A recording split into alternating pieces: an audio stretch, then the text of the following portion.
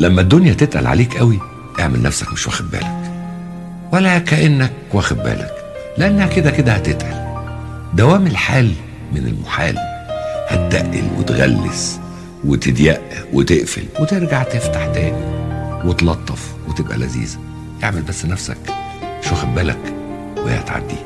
ما تحطش جواك، لأنك طول ما انت حاطط جواك هتتقل أكتر وأكتر وأكتر. السلام عليكم ورحمة الله وبركاته. ازيكم عاملين ايه؟ يا رب تكونوا بخير.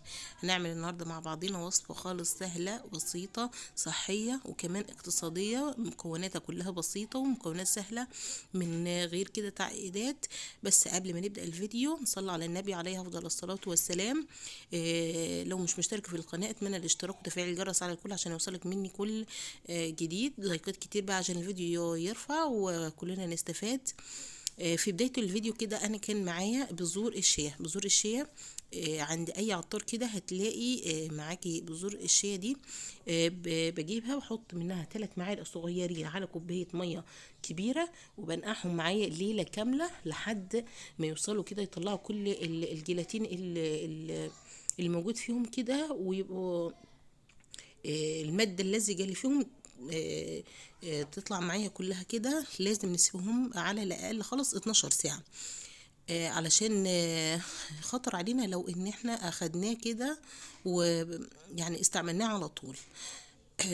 تاني حاجة، تاني مكون معايا كده معايا اللي هو الجيلاتين. جيلاتين البقري حلالي حلال. بجيبه برضو من عند العطارة زي كده، بقول له عايزة جيلاتين بقري. بضيف معايا 4 معالق كبار من معالق الأكل من الجيلاتين، وبضيف عليهم كوباية كبيرة من المية المغلية. بقلبهم معايا كده لحد ما اتأكد ان الجيلاتين داب معايا بالشكل اللي انتوا شايفينه. معايا هنا كركديه، معلقتين كبار من بذور الكركديه. بنقعهم معايا في مية مغلية، كوباية من المية المغلية، وبسيبهم كده معايا يتنقعوا معايا شوية لحد ما ينزلوا كل الخلاصة بتاعة الكركديه. بضيف معايا هنا كوباية الكركديه على الجيلاتين بالشكل ده كده.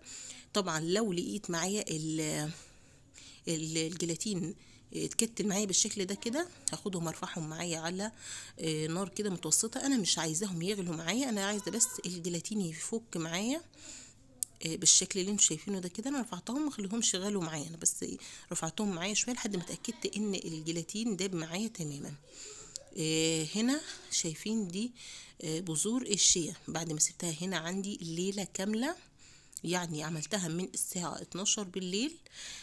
هنا استعملتها الساعه 12 بعد، يعني الساعه 12 الظهر. شايفين بذور الشيا طلعت المادة الجيلاتينية بتاعتها كلها ازاي. بضيف معايا كمان هنا كوباية من المية فترة عادي من الحنفية.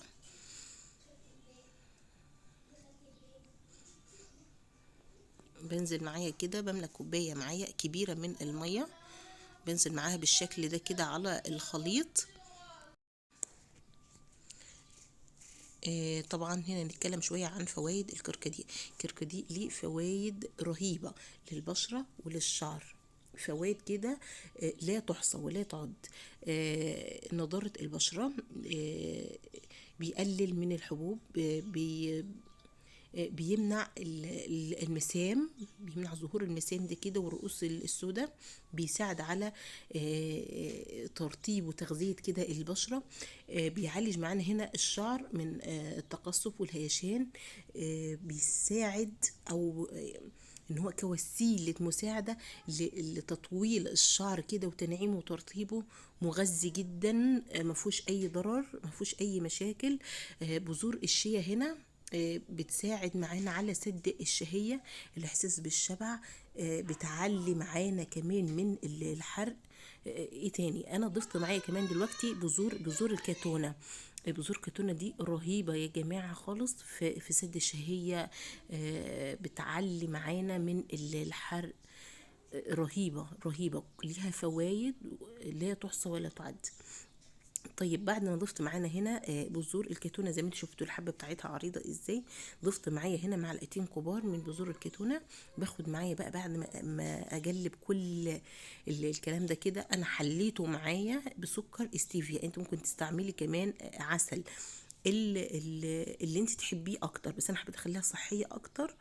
لان العسل فيه شويه عليه كده يمين الجدل ان هو يقول لك تبع الانظمه، وفيه شويه تاني يقول لك لا بيعلي معانا الكوليسترول والكلام ده كله. فانا حبيت ان انا اخليها صحيه اكتر، واستعملت معايا سكر استيفيا. اخدتها ودخلتها معايا هنا على التلاجة، بتقعد معايا من ساعتين ل4 ساعات، وممكن كمان اقل من كده، وبتوصل معايا للشكل الجيلي بالشكل اللي انتوا شايفينه ده كده. تبقى فلافي خالص كده، طعمها تحفة، طعمها خيال.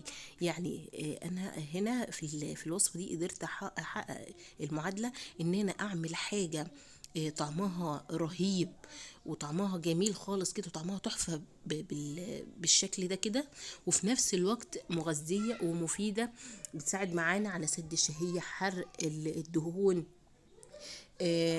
بترطب البشرة، بتساعد على تغذية الشعر. يعني دي بصراحة يعني أنا تحديت نفسي فيها. الوصفة دي رهيبة رهيبة رهيبة. اتمنى طبعا ان انتوا تجربيها معايا كده بنفس الخطوات ده كده، هتطلع معاكي حاجة كده تحفة، حاجة كده شبه الجلي، بترطب على القلب، صحية مفيدة، كمان اقتصادية، ما فيهاش اي مكونات كده خزعبلية، لا كلها حاجات بسيطة، كلها حاجات اقتصادية، ما فيهاش حاجة غالية خالص، لا بسيطة خالص وسهلة، وكمان الطريقة بتاعتها سهلة خالص وبسيطة. وبكده اكون وصلت معاكم لنهاية الفيديو.